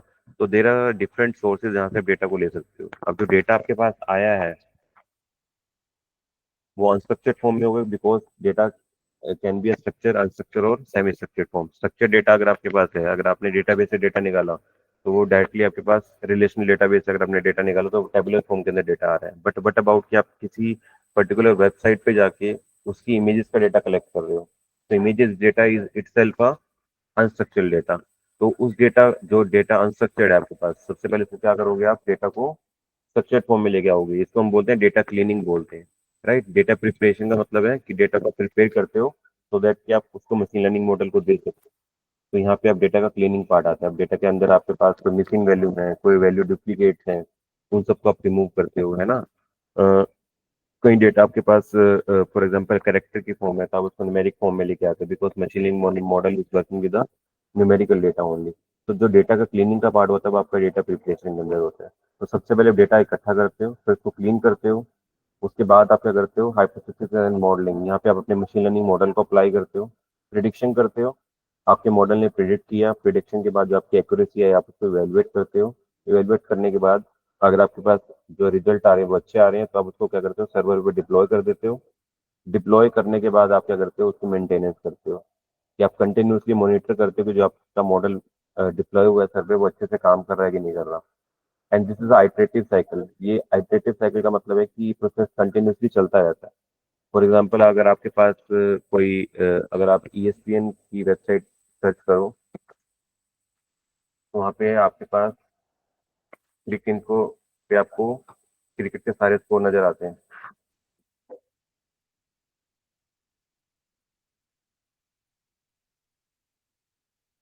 राइट, यहाँ पे एक टैब आता है प्रिडिक्शन का, क्या आने वाले, भी मैच स्टार्ट नहीं हुआ तो यहाँ पे टैब बना आता है कि अगले 5 ओवर में कितने रन बनने वाले हैं। राइट, तो अगर इस तरह का ये वहाँ पे जो टैब है that is AI based tab, कि जो आपको नेक्स्ट 5 ईयर की प्रेडिक्शन देता है कि आपके आने वाले 5 या 10 ओवर में कितने रन बनने वाले हैं। ठीक है, तो अगर आपके पास वो वाला आपने एक मॉडल बनाया डेटा सेट के ऊपर, फॉर एग्जांपल IPL का डेटा सेट ले लेते हैं हम। आपने लास्ट 22 तक का या 24 तक का डेटा है आपके पास, 2008 से लेकर 2024 तक का आपने डेटा सेट उठाया IPL का, उसको अपने मॉडल पर ट्रेन किया। मॉडल ट्रेनिंग के बाद आपके पास प्रिडिक्शन अच्छी है और आपने क्या किया कि आपने नेक्स्ट 5 या 6 ओवर की प्रिडिक्शन करनी स्टार्ट करी और उसको लॉन्च करनी है अपने क्रिक इन्फो की वेबसाइट पे। तो वहां से आप प्रिडिक्ट कर सकते हो कि आपके पास नेक्स्ट 5 ईयर में कितना स्कोर बनने वाला है 5 ओवर के अंदर। लेकिन अब अगर आप 2025 वाला IPL देखोगे तो वहाँ पे रूल्स चेंज हो गए हैं, है ना। अब आपके पास इम्पैक्ट प्लेयर का ऑप्शन आ गया है, जो कि 2008 से लेकर 2024 तक के डेटा सेट के ऊपर अवेलेबल नहीं था, क्योंकि 2024 तक के जितने मैचेस खेले गए IPL के अंदर उसके अंदर इम्पैक्ट प्लेयर वाला कोई ऑप्शन नहीं था। राइट, इम्पैक्ट प्लेयर के आने से क्या हुआ कि आपके पास जो रन बनने की स्पीड थी IPL के अंदर मैचेस के अंदर वो फास्ट हो गई, क्योंकि अगर आप एक बॉलर को बिठा के एक बैट्समैन को खिला रहे हो तो इसका मतलब है वो ज्यादा रन बना सकता है। तो उससे क्या हुआ कि आपके रन ज्यादा बनने लगे। तो लेकिन आपने जो पहले मॉडल डिप्लॉय कर रखा था क्रिक इन्फो पे वो 2024 तक के डेटा के ऊपर ट्रेंड था। बट अब आपके पास 2025 वाले जो मैचेस हैं उसके अंदर अब जो प्रिडिक्शन होगी वो ज्यादा एक्यूरेट होगी, उसके अंदर रन ज्यादा बन रहे हैं, just because of the one parameter कि आपके पास अभी एक नया पैरामीटर ऐड हो गया इम्पैक्ट प्लेयर का, जो कि 2024 तक के डेटा सेट के अंदर अवेलेबल ही नहीं था। तो जब वहाँ पे आपने मॉडल को ट्रेन किया होगा तो वहाँ पे इम्पैक्ट प्लेयर को उसने मशीन लर्निंग ने नहीं सीखा कि इस तरह का भी इम्पैक्ट प्लेयर से कोई आपकी प्रेडिक्शन स्कोर पे असर पड़ सकता है। राइट, तो 2025 वाला जो IPL का मैचेस खेले गए उसमें इम्पैक्ट प्लेयर के रोल की वजह से स्कोरिंग ज्यादा होने लगी। बट आपका मॉडल वहाँ पे गलत रिजल्ट बता रहा है क्लिक इन्फो पे, तो इसका मतलब है कि वहाँ पे आपका मॉडल गलत बता रहा है तो लोग उसको गलत प्रेडिक्ट कर रहे हैं। राइट, इसका मतलब कि आपकी वेबसाइट के ऊपर जो लोग जाना स्टार्ट करेंगे वो कम जाना स्टार्ट करेंगे, उनको लगेगा कि यहाँ पे तो रॉन्ग प्रिडिक्शन आ रही है, वो किसी और वेबसाइट को सर्च करना स्टार्ट करेंगे। इसका मतलब क्लिक इन्फो के जो यूजर है वो डिक्लाइन होना स्टार्ट हो जाएंगे। राइट, जस्ट बिकॉज कि आपके जो मॉडल था आपने डिप्लॉय किया था वहाँ पे वो अर्लियर स्टेज का मॉडल था जहाँ पे इम्पैक्ट प्लेयर वाला कोई सीन नहीं था। राइट, तो अब आप क्या करो, उसको इम्प्रूव करना स्टार्ट करोगे। अब आपने मॉडल को डिप्लॉय कर दिया, आप उसको मेंटेनेंस में देख रहे हो, मेंटेनेंस में आपको देखा कि 2025 का जो डेटा IPL मैचेस में इम्पैक्ट प्लेयर का ऑप्शन आ गया है। तब आप क्या करो, अपने मॉडल को रीट्रेन करना स्टार्ट करोगे। अब आप क्या करोगे, ऐसा डेटा सेट इकट्ठा करोगे कि जहाँ पे दुनिया में जितने भी मैचेस खेले जा रहे हैं उनके इम्पैक्ट प्लेयर का डेटा आप कलेक्ट करोगे और उसको अपने डेटा के साथ इंटीग्रेट कर दोगे, फिर दोबारा से डेटा की क्लीनिंग करोगे, मशीन लर्निंग मॉडल का दोगे, उसके बाद प्रिडिक्शन करोगे, आप क्या करोगे, डिप्लॉय कर दोगे क्लिक इन्फो की वेबसाइट के ऊपर, सो दैट कि आपके रिजल्ट आप एक्यूरेट आने लगे।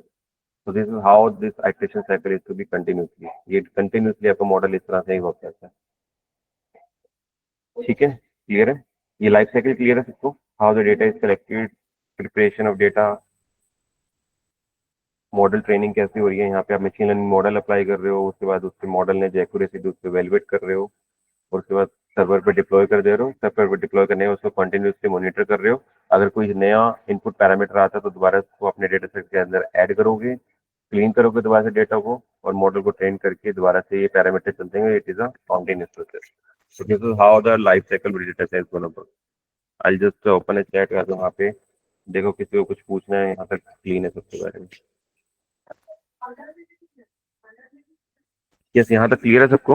अगर क्लियर है तो चैट पे क्लियर लिखो, देन विल मूव, और either show the thumb.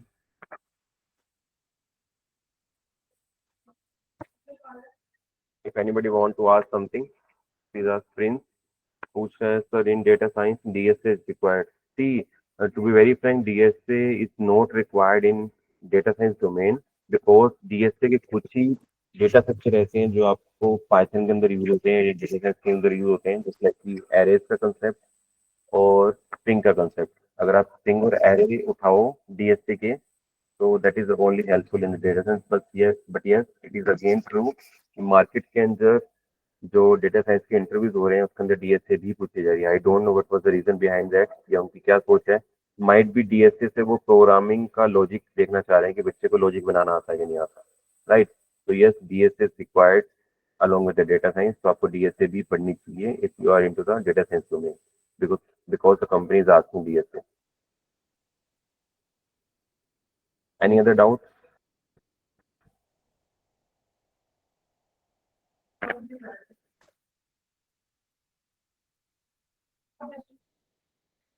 Okay, so let's continue.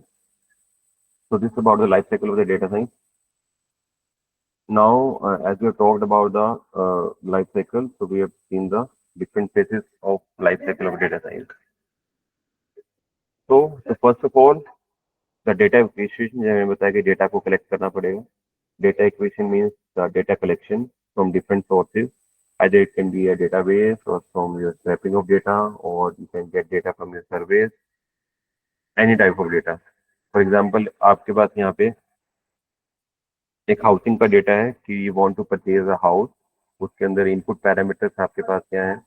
Apartment है, नंबर ऑफ बेडरूम्स है, फ्लोर नंबर है, क्रिमिनल रेट पर ईयर कि जिस एरिया में आप मकान देख रहे हो वहाँ पे जो क्रिमिनल रेट है वो कितना है, पॉल्यूशन लेवल कितना है, distance near by the education, आपके घर से उस पर्टिकुलर एरिया से जहाँ आप देख रहे हो वहाँ से एजुकेशन इंस्टीट्यूट स्कूल कॉलेजेस कितने पास हैं.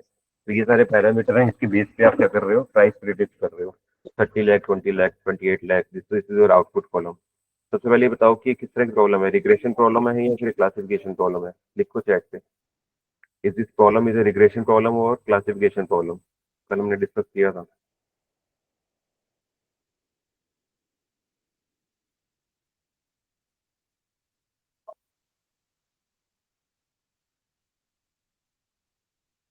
Yes, this is a regression problem, right. Regression क्यों है? क्योंकि इसका जो आउटपुट कॉलम है it is containing the numerical data. तो यहाँ पे आप न्यूमेरिकल डेटा यूज करो, that is what is a regression problem, right. तो सबसे पहले आप डेटा इकट्ठा कर रहे हो. Data equation is from data acquire, यानी डेटा को इकट्ठा करना, राइट. तो this is the kind of data. इसको आपने क्या किया, स्ट्रक्चर्ड फॉर्म में ले आए डेटा को, जहाँ पे आपके पास ये सारे इनपुट कॉलम्स हैं और प्राइस आपका क्या आउटपुट कॉलम है, right. So this are the different sources जहाँ से डेटा को कलेक्ट कर सकते हो. You can take data from the servers, you can data from the social media, Instagram, Facebook, यहाँ से डेटा कलेक्ट कर सकते हो. डेटा सेट आप किसी डेटाबेस से उठा सकते हो या किसी आप एपीआई को हिट करके वहां से डेटा को जनरेट कर सकते हो. These are the sources of data generation, right. हम जो अपनी ट्रेनिंग में पढ़ेंगे वो वेब स्क्रैपिंग पढ़ेंगे, किसी पर्टिकुलर वेबसाइट पे जाके डेटा को कैसे स्क्रैप किया जाता है और उसकी एपीआई को हिट करके हम डेटा को कैसे ले सकते हैं. तो ये दो टेक्निक्स अपने ट्रेनिंग में पढ़ेंगे, डेटा को हम कैसे लेके आ सकते हैं, ठीक है. नहीं तो बने बनाए डेटा सेट आपको कहाँ मिल जाते हैं, केगल पे मिल जाते हैं. Next is data preparation. Data preparation मैंने बताया था कि डेटा क्लीनिंग का पार्ट है कि आप डेटा को क्लीन करते हो. डेटा क्लीनिंग से क्या मतलब है? अब देखो यहाँ पे जब हम डेटा की बात करें तो यहाँ पे आपके पास इस वाले पर्टिकुलर सेल के अंदर कोई वैल्यू एग्जिस्ट नहीं करती है, राइट. ठीक है. तो this is also part of a cleaning of data कि आपको कोई भी कॉलम आपको अनफिल्ड नहीं रखना. जब आप data model machine learning model को दोगे तो उसके कोरस्पॉन्डिंग कोई ना कोई यहाँ पे वैल्यू फिल होना चाहिए, कोई भी सेल ब्लैंक नहीं होना चाहिए, ठीक है. यहाँ पे देखो आप फ्लोर नंबर पे ये मिसलीडिंग एंट्री है, यहाँ पे जी लिखा हुआ है. जी का मतलब बोल दो ग्राउंड फ्लोर है, बट यहाँ पे देखोगे यहाँ पे बाकी सारे जो फ्लोर है वो न्यूमेरिकल है. Only this is a single entry जो आपका क्या है, कैरेक्टर के अंदर है. तो ये भी आपको करेक्ट करना पड़ेगा. इसको आपको ग्राउंड को जीरो देना पड़ेगा because all the entries are in the numerical form. तो इसको भी आपको डेटा क्लीनिंग का पार्ट बनेगा, इसको भी आपको कन्वर्ट करना पड़ेगा. यहाँ पे कोई वैल्यू नहीं, यहाँ पे वैल्यू डालनी पड़ेगी, राइट. तो यहाँ पे ये बताया कि these two are the missing uncleaned data, right? Clear है?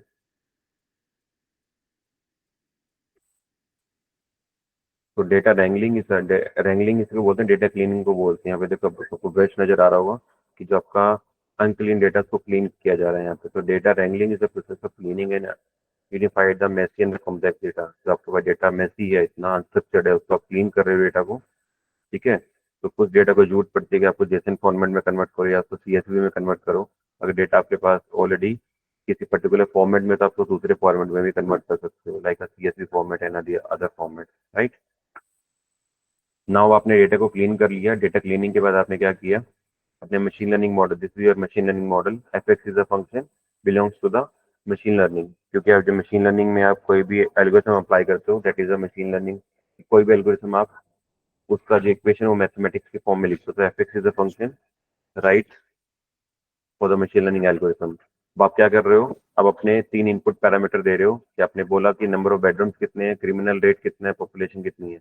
इसके बेस पे आप क्या कर रहे हो, हाउस का प्राइस प्रिडिक्ट कर रहे हो। तो this is a machine learning model which is predicting the price on the basis of the input parameter as the number of bedroom, criminal rate and pollution, ठीक है। तो यहाँ पे आपका क्या हो रहा है, डेटा की मॉडलिंग हो रही है। मॉडलिंग मतलब कि मशीन लर्निंग मॉडल पे आप अपने मॉडल को ट्रेंड कर रहे हो।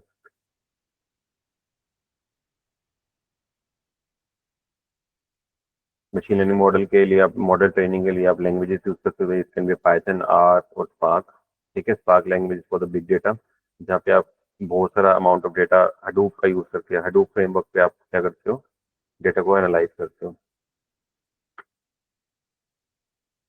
Now you will see the evaluation process कि आपने मशीन लर्निंग मॉडल को आपने अपना डेटा दिया और उस मशीन लर्निंग मॉडल ने कुछ डेटा एक्यूरेसी निकाली, राइट।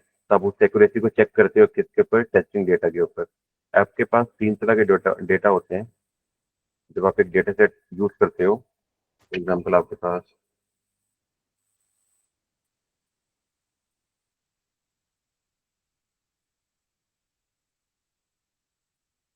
डेटा है जहाँ पे आपके पास एक्सपीरियंस है और सैलरी है। आप क्या कर रहे हो इसके अंदर, on the basis of experience किसी एम्प्लॉय की सैलरी प्रिडिक्ट करना चाह रहे हो। तो एक्सपीरियंस फॉर एग्जाम्पल 5 ईयर है, सैलरी 20,000 है। 10 ईयर एक्सपीरियंस है, आपका जो सैलरी है वो 50,000 है, या ऑन। अगर एक्सपीरियंस 2 ईयर है तब की सैलरी 25,000 है, और आपके पास एक्सपीरियंस 15 ईयर का तब की salary 1,50,000। For example I am just taking the raw data, right. तो this is your complete data set. आप क्या क्या कर रहे हो, आपके इनपुट कॉलम है एज एक्सपीरियंस एंड सैलरी। तो इसके बेस पे आप क्या कर रहे हो, एक्सपीरियंस के बेस पे आप प्रेडिक्ट कर रहे हो कि एम्प्लॉय की सैलरी कितनी होगी। तो जब भी हम मशीन लर्निंग मॉडल पे काम करते हैं, तो हम सारा का सारा डेटा अपने मॉडल को ट्रेन होने के लिए नहीं देते। Will give the two type of data, one is known to be the testing data, first is the training data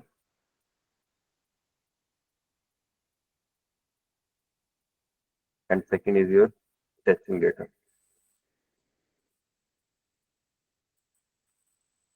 ये हम पढ़ेंगे जब हम मशीन लर्निंग पे काम करेंगे। टेस्ट डेटा, ट्रेनिंग डेटा वो होता है जिसके ऊपर मॉडल आपका ट्रेंड होता है। फॉर एग्जांपल आपका एक, यहाँ पे एक मशीन लर्निंग मॉडल है, linear regression. Machine learning model, यहाँ पे आपने क्या किया, मॉडल का आपने क्या किया, ट्रेनिंग डेटा प्रोवाइड किया। ट्रेनिंग डेटा और टेस्टिंग डेटा कैसे करते हो आप, आपके पास एक कंप्लीट 100% डेटा है, इसी में से आप डिवाइड करते हो ट्रेनिंग डेटा और टेस्टिंग डेटा। 70% जो आपका डेटा होता है वो ट्रेनिंग के लिए यूज होता है, और जो 30% डेटा होता है वो आप क्या करते हो, टेस्टिंग के लिए यूज करते हो, ठीक है। 70% डेटा का मतलब है कि आपका इतना पार्ट, इतने पार्ट में मॉडल ट्रेन होगा, ठीक है। 7, ये 3 रोज के ऊपर, और जो लास्ट की रो है इसको हम बचा के रखेंगे अपने पास, इसको टेस्ट करेंगे अगेंस्ट आवर मॉडल। आपने ये तीनों रोज का डेटा दे दिया किसको, लीनियर रिग्रेशन मॉडल को, ठीक है। मॉडल ट्रेंड हो गया, मॉडल ने कहा, मॉडल की accuracy I for example 98%। 98% accuracy का मतलब क्या है कि आपका मॉडल 98% सही बता रहा है। फॉर एग्जांपल आपने मॉडल से पूछा कि 5 साल के एक्सपीरियंस वाले को कितनी सैलरी मिलनी चाहिए, ठीक है, 5 ईयर वाले एक्सपीरियंस के बंदे को कितनी सैलरी मिलनी चाहिए, तो आपके मॉडल ने प्रेडिक्ट किया कि उसको मिलनी चाहिए 19,900 रुपये, ठीक है। आपके ओरिजिनल डेटा सेट के अंदर क्या था, 20,000 मिलनी चाहिए। इसका मतलब है कि नियर बाय आपका मॉडल आपको सही आंसर दे पा रहा है। 19,900 आपके मॉडल ने बताया, एक्चुअल में आपके क्या था, वो 20,000 था, राइट। इसका मतलब आपके जो रिजल्ट आ रहे हैं वो 98% एक्यूरेट आ रहे हैं। अब आप इसी मॉडल एक्यूरेसी को क्या करते हो, चेक करते हो अपने टेस्टिंग डेटा पे। This your testing data, testing data, ये आपका ट्रेन डेटा है, ये आपका ट्रेनिंग डेटा है, ये भी आपका ट्रेनिंग डेटा है, ये भी आपका ट्रेनिंग डेटा है, ये भी आपका ट्रेनिंग डेटा है, ठीक है। अब आप क्या करते हो, अपने मॉडल को चेक करते हो against to the testing data.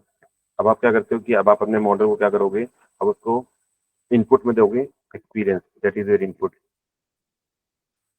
Input में आप क्या दे रहे हो, एक्सपीरियंस दे रहे हो, और एक्सपीरियंस में आप क्या दे रहे हो, उसको 1 ईयर का एक्सपीरियंस। तब आपका मॉडल क्या बता रहा है, अगर आपका मॉडल बता रहा है कि इसकी,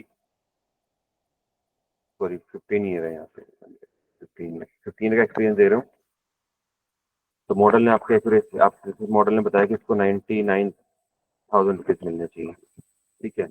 तो अब आप चेक करोगे कि आपके ओरिजिनल के अंदर वैल्यू कितनी थी, 1 लाख, और आपके मॉडल कितना बता रहा है, 99,000। तो ठीक है, अप्रोक्सीमेटली है, 1,000 का फर्क है, इतना एरर रेट चलता है, ठीक है। तो इसका मतलब ये है कि आपका ये जो टेस्टिंग डेटा है और ट्रेनिंग डेटा, हमेशा हम जब मॉडल को ट्रेन करते हैं तो 70% जो डेटा है हम अपना ट्रेनिंग के लिए देते हैं, और टेस्टिंग डेटा हम क्या करते हैं, 30% बचा के रखते हैं। जब मॉडल ट्रेन हो जाएगा तो उसके मॉडल के अगेंस्ट हम उस टेस्टिंग डेटा को जज करते हैं कि आपका मॉडल कितना एक्यूरेट रिजल्ट बता रहा है। अगर वो 98% की एक्यूरेसी आ रही है ऑन टेस्टिंग डेटा, तो आप मॉडल को क्या करते हो, डिप्लॉय कर देते हो सर्वर के ऊपर, और उसको सारे यूज कर रहे होते हैं, राइट। तो this is how the testing data या आप एक्यूरेसी चेक करते हो on the machine learning model. अगर वो एक्यूरेसी हाई है, 98, 99, 95, 97 के आसपास आ रही है, तो इसका मतलब आपका मॉडल रेडी है डिप्लॉय होने के लिए। ठीक है, क्लियर है, यहाँ तक क्लियर है सबको।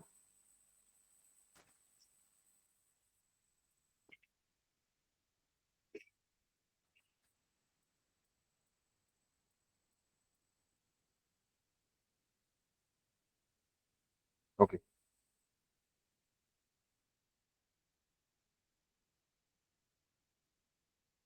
तो नाउ सुबह आप क्या करते हो, मॉडल को डिप्लॉय कर देते हो सर्वर के ऊपर, ठीक है। This is the deployment phase, जहाँ पे आप मॉडल को, जो आपने मॉडल डिजाइन किया उसको क्या कर रहे हो, मॉडल को डिप्लॉय कर दे रहे हो कहाँ पे, सर्वर के ऊपर, राइट। सर्वर पे डिप्लॉयमेंट का मतलब है कि सारे यूज उसको, सारे लोग यूज कर सकते हैं जो अपने मॉडल डिजाइन किए, राइट।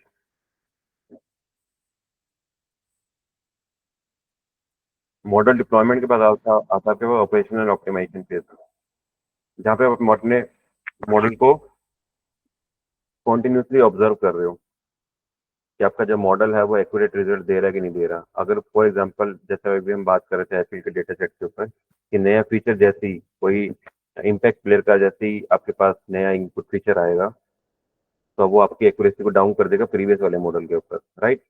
तो अगर आपकी एक्यूरेसी को मेंटेन रखनी है, तो आप क्या करते हो, वो जो नया पैरामीटर आया इम्पैक्ट प्लेयर वाला, उसको आप क्या करोगे, ऐड करोगे अपने प्रीवियस वाले डेटा सेट के अंदर, उसको मशीन लर्निंग मॉडल में दोबारा से ट्रेन करोगे। मशीन लर्निंग मॉडल ट्रेन करने के बाद अब आपके पास ये प्रीवियस डेटा है, और ये जो नया फैक्टर यानी कि इम्पैक्ट प्लेयर वाला जो फैक्टर है वो ऐड हुआ है, उसकी वजह से अब आप क्या क्या एक नया मॉडल ट्रेन, आपने प्रीवियस डेटा को, नए वाले इनपुट फीचर को दोबारा से मशीन लर्निंग मॉडल पे आपने ट्रेन किया, और उसके बाद दोबारा से उसकी एक्यूरेसी निकाली, ठीक है। अगर वो डेटा एक्यूरेट आ रहा है, आपके पास एक्यूरेसी हाई है, तब तो दोबारा क्या करते हो, दोबारा से मॉडल को दोबारा से क्या करते हो, डिप्लॉय कर देते हो, राइट। तो it is a kind of iterative process. Maintenance के अंदर आप बस यही चेक करते हो, ऑपरेशनल जो केस होता है कि जैसे नया इनपुट पैरामीटर आ रहा है, तो आप उसको प्रीवियस वाले के साथ एड ऑन करके नए मॉडल में ट्रेनिंग करके रिजल्ट नए निकाल देते हैं, राइट। तो these are the important aspects of data science. आपको स्टैट्स आना चाहिए, मशीन लर्निंग की नॉलेज होनी चाहिए, and the software engineering is basically use for the steps जो आप डेटा साइंस में फॉलो करते हो। लाइक सॉफ्टवेयर इंजीनियरिंग के अंदर आपने जो मॉडल पढ़े होंगे, वाटर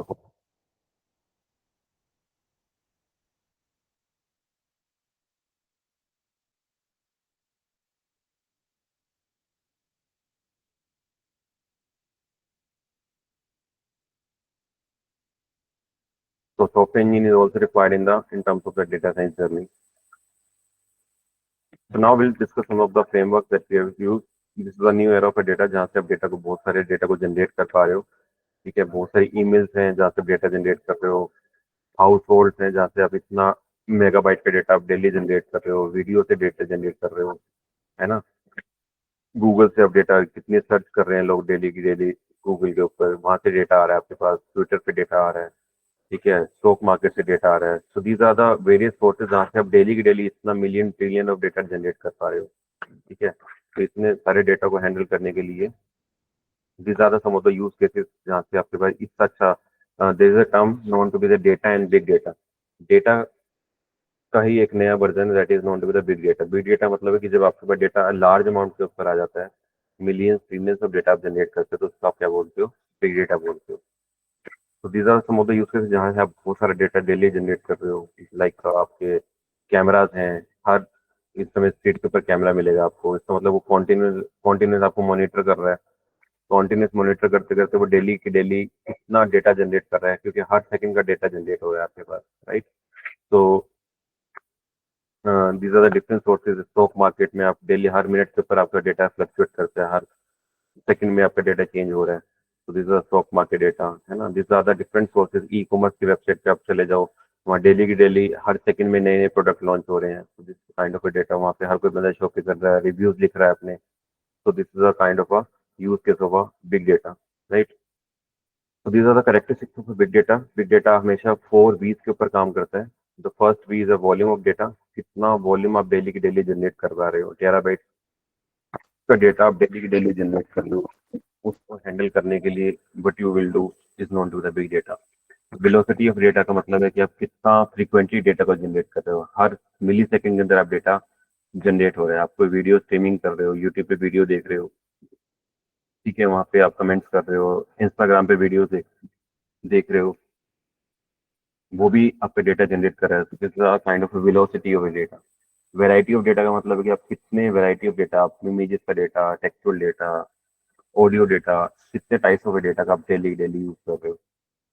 वेलोसिटी ऑफ डेटा का मतलब कि डेटा की जो ऑथेंटिसिटी है उसको आप चेकआउट कर रहे हो, कि आपकी जो मार्केट में फेक न्यूज चलती हैं, कि जो आपने डेटा तो जनरेट कर दिया, क्या वो ऑथेंटिक है या नहीं है, उसकी ऑथेंटिसिटी को वेरीफाई करने के लिए आप क्या करते हो, यूज करते हो, कि जो आपका डेटा है वो डाउटफुल डेटा तो नहीं है. तो ये 4 वीज हैं जिसके ऊपर बिग डेटा आपका काम करता है. तो ये चारों वीज आपके पास सेटिस्फाई होनी चाहिए, then you will go with the machine learning model, right.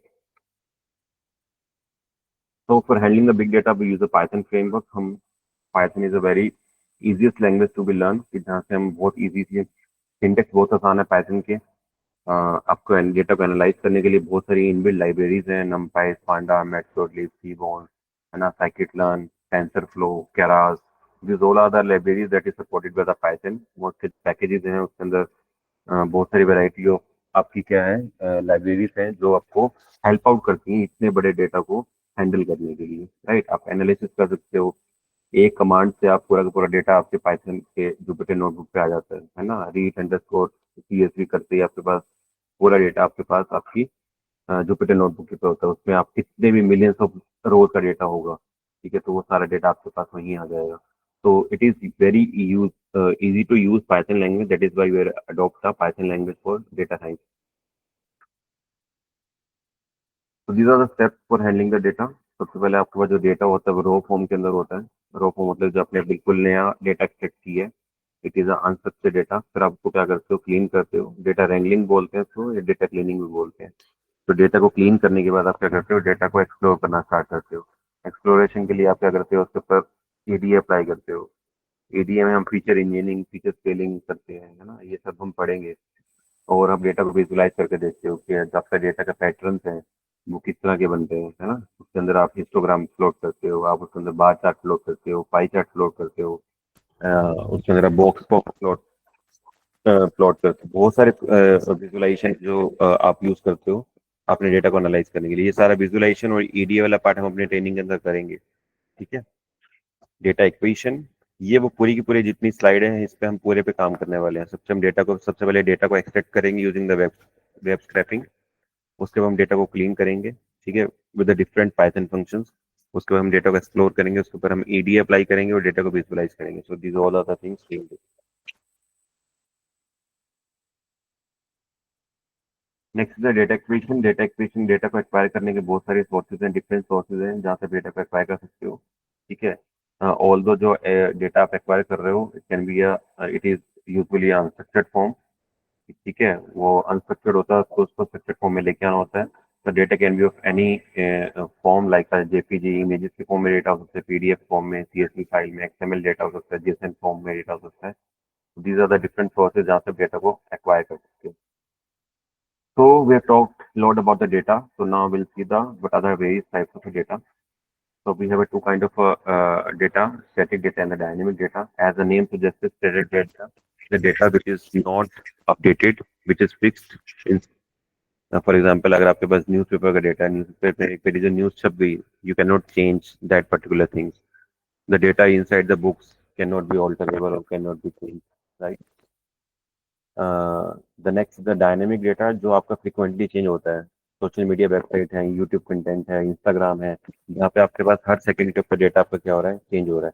तो the data which is changeable is known to the dynamic data. The data which is fixed is known to be the static data, right? Hard and soft type of data, the hard data and the soft data. Hard data which is generated from the devices and the applications. कि आप किसी device से data generate कर रहे हो, like कि आपने कोई सेंसर यूज किया हुआ है, आप स्मार्ट वॉचेस डालते हो और वहां से आपके पास डेटा जो आ रहा है कंटिन्यूसली आ रहा है. फॉर एग्जांपल आपकी जो हार्ट बीट है या आपका जो ब्लड प्रेशर लेवल है, आपको मॉनिटर कर रही है आपकी स्मार्ट वॉचेस. वो डेटा आप कलेक्ट कर सकते हो. तो वो आपका जो डेटा है वो डायरेक्टली डिवाइसेस से जनरेट हो रहा है. तो this is known with the hard data और a quantitative data. Soft data वो होता है जो आप किसी से बातचीत करके आप डेटा जनरेट करते हो, है ना. आप उसके लिए इंटरव्यूज कंडक्ट करते हो, सर्विस कंडक्ट करते हो, मूवीज के रिव्यूज कलेक्ट करते हो, है ना. This is a qualitative data और सॉफ्ट डेटा. ठीक है. Again, the structure and the unstructured data we have discussed earlier. The structured data which is in the tabular form, either in the row and column form, and the unstructured which is not structured, messy data जिसको बोलते हैं, like audio, video, visual data, images data, image data, which is not a structured data. We need to be convert unstructured data into the structured data. And the third category is the semi-structured data, which is not completely structured, nor neither it is a complete structured data, nor it is a unstructured data. It is in between to the structured and unstructured form. कि जो आपकी XML file होती है या HTML file होती है जहाँ tags use होते हैं, उस तरह के डेटा को हम बोलते हैं सेमी स्ट्रक्चर्ड डेटा. किसी वेबसाइट को जब आप इंस्पेक्ट करते हो तो उसके ऊपर जो डेटा आता है वो आपका क्या है, सेमी स्ट्रक्चर्ड डेटा है, राइट. रो डेटा वो होता है जो आपने एक्सट्रैक्ट किया. अनस्ट्रक्चर्ड डेटा बोल सकते हैं उसको, जिसके ऊपर अभी आपने कोई प्रोसेसिंग नहीं की है, डेटा को क्लीन नहीं किया है, जस्ट ओनली डेटा को आपने एक्सट्रैक्ट किया है या किसी वेबसाइट से स्क्रैप किया है. तो वो जो डेटा आपके पास आया है, अनक्लीन डेटा जो है, अनस्ट्रक्चर्ड डेटा है, that is known to be the raw data. ठीक है. अब वो किसी स्क्रैप करके डेटा को ले सकते हो, किसी की लॉग फाइल से वीडियो इमेजेस का जो डेटा है वो आपका सारा गया है, रो डेटा है, जब तक आप उसको कन्वर्ट नहीं करते हो. नाउ डेटा को रीड करने के लिए पाइथन के अंदर हम देखेंगे इसको. ठीक है. जब हम पांडास रीड करेंगे वहाँ पे हम इस कमांड को यूज करेंगे, just only for the sake of your knowledge कि how to read the CSV file in using the Python. We have to be just we will do by using the pandas library. उसको आपको import करना पड़ता है. So the syntax would be import pandas as pd. pd is a alias name of the panda because आप जब भी pandas command use करोगे तो हर जगह इस पूरे वर्ड को नहीं लिखोगे. तो it is just a nomenclature of this pandas word as a pd. तो यहाँ पे pd लिखो, a लिखो, b लिखो, this is the kind of variable जो आप यूज कर सकते हो. pd इसलिए लिखा क्योंकि पांडा से रिलेटेबल है, राइट. तो अब आप किसी फाइल को रीड करना चाहते हो तो आप क्या लिखोगे, उस पर्टिकुलर फाइल लाइब्रेरी का object that is a PD dot read underscore CSV because we are reading the CSV file. और इसके अंदर आप क्या लिखते हो, उस फाइल का नाम.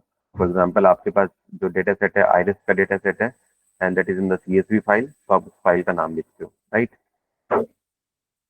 अगर फाइल किसी और डायरेक्टरी में प्रेजेंट है तो आप क्या कर देते हो, उस पर्टिकुलर डायरेक्टरी का पाथ दे देते हो. ठीक है. लाइक कि आपके पास वो C ड्राइव के अंदर, यूजर के अंदर, इस पर्टिकुलर फोल्डर के अंदर वो आपकी फाइल रखी हुई है, तो ये just copy the path and giving to here. Right. तो उससे आप फाइल को रीड कर सकते हो, राइट। अगेन अगर आपके पास कोई एक्सेल फाइल है तो आप एक्सेल फाइल को जो उसका एक्सटेंशन होगा, यहाँ पे जो सीएसवी फाइल का एक्सटेंशन था वो डॉट सीएसवी था, एक्सेल के अंदर इसका जो एक्सटेंशन होगा वो डॉट एक्सएलएस हो जाएगा, which is extension of Excel file. बस बाकी सारा सिंटेक्स सेम है। वहाँ पे आप रीड अंडरस्कोर सीएसवी कर रहे थे, यहाँ पे आप एक्सेल फाइल रीड कर रहे थे, यहाँ पे रीड अंडरस्कोर क्या हो जाएगा, एक्सेल हो जाएगा, राइट। यहाँ पे आप रीड अंडरस्कोर सीएसवी यूज कर रहे हैं, और यहाँ पे आप क्या कर रहे हो, रीड अंडरस्कोर एक्सेल, बिकॉज जिस फाइल को रीड कर रहे हो उसी का यहाँ पे सिंटेक्स चेंज हो जाएगा। बाकी rest all the command are same. यहाँ पे भी अगर आपको पाथ देके कॉपी करना है एक्सेल को तो आप उसका डायरेक्टली पाथ यहाँ पे दे सकते हो, and you will read the file in the Excel format, right. यहाँ पे जो फॉर्मेट है वो आपका क्या है, सीएसवी फॉर्मेट है। सीएसवी का मतलब है कॉमा सेपरेटेड वैल्यू, राइट। देखो यहाँ पे हर वैल्यू आपके कॉमा से सेपरेटेड है। यहाँ पे नेम है, ईमेल है, मोबाइल है। अब नेम के अंदर 3 नाम है, ये ईमेल आईडी है, ये मोबाइल नंबर है। बस all the values are comma separated, that is why it is known to be the CSV file, comma separated value file.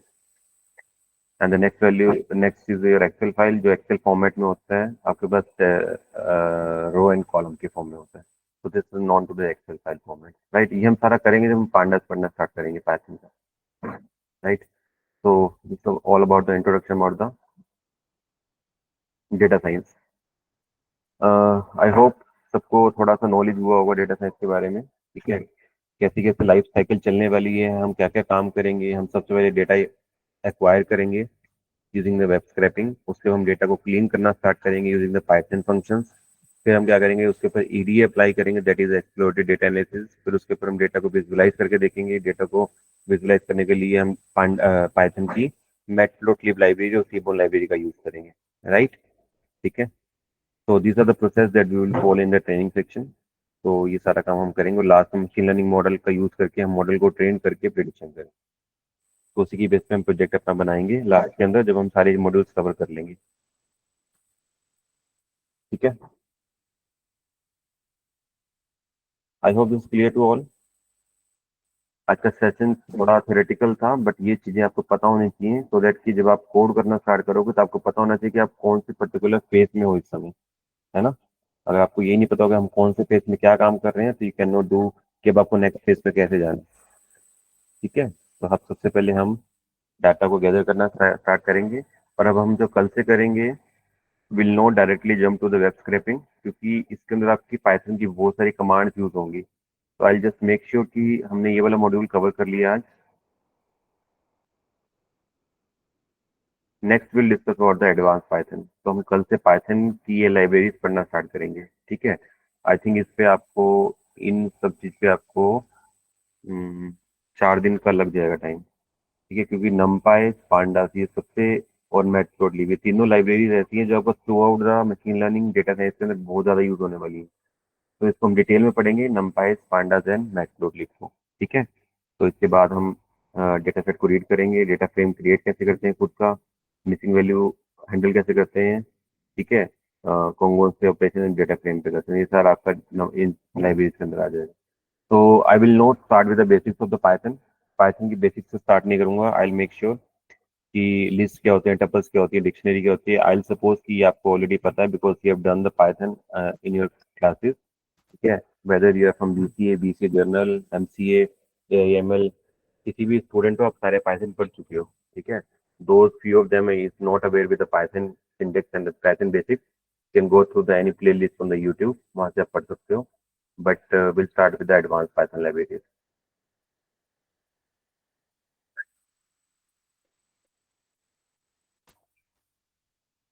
Vivek, sir ये पीडीएफ भेज देना ग्रुप में, okay. I will share the PPT in the group to submit the synopsis in the college.